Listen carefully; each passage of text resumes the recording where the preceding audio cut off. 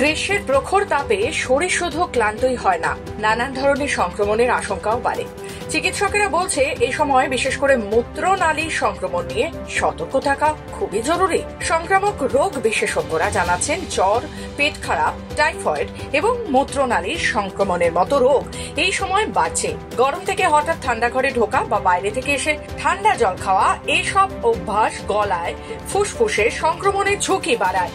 তরল গ্রহণ কম হলে বা শরীর থেকে বেশি ফ্লুইড বেরিয়ে গেলে তখনই মূত্রনালীর সংক্রমণের সম্ভাবনা বেড়ে যায়। বিশেষত গরমে জল খাওয়া কমিয়ে দেওয়া, অতিরিক্ত ক্যাফেইন খাওয়া এসব কিন্তু বিপদের কারণ হতে পারে। তাই চিকিৎসকদের পরামর্শ, গরম থেকে এসে ঠান্ডা পানীয় সঙ্গে সঙ্গে খাবেন না, সাথে সাথে একেবারে এসি চালাবেন না, অপেক্ষা করুন অন্তত 20 মিনিট। রাস্তার খাবার, কাটা ফল, দোকানের অতিরিক্ত চিনি দেওয়া পানীয় ইত্যাদি একেবারে এড়িয়ে চলুন।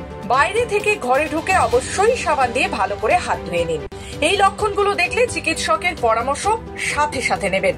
বারবার শীত ভাব, মাঝে মাঝে জ্বর, প্রস্রাবের সময় ব্যথা ও জ্বালা, প্রস্রাবের দুর্গন্ধ, প্রস্রাব ঘোলাটে বা লালচে হওয়া, পেট খারাপ, বমি ভাব, খিদে কমে যাওয়া, প্রচন্ড দুর্বলতা, শরীরে পিএইচ ব্যালেন্স ঠিক রাখার, সুস্থ থাকার অন্যতম শর্ত। মূত্রনালীর পিএইচ ব্যালেন্স 4.5 থেকে 8.0 এর মধ্যেই থাকা উচিত। ভুল খাদ্যাভ্যাস, সংক্রমণ, অতিরিক্ত রাত জাগা এই সমস্ত কিছুতেই শরীর কিন্তু অসুস্থ হতে পারে। তাই সংক্রমণ এড়াতে প্রতিদিন 2.5 থেকে 3 লিটার জল পান করুন এবং ঘুমুন পরিমাণ মতো। ডায়েটে রাখুন পাতলা ডাল, চিকেন স্টু, সবজি দেওয়া পাতলা ঝোল, চা কফির বদলে খেতে পারেন green tea, herbal tea, detox water ইত্যাদি। রোজকার খাদ্য তালিকায় কিন্তু মৌসুমী শাক, সবজি, ফলমূল যুক্ত করুন।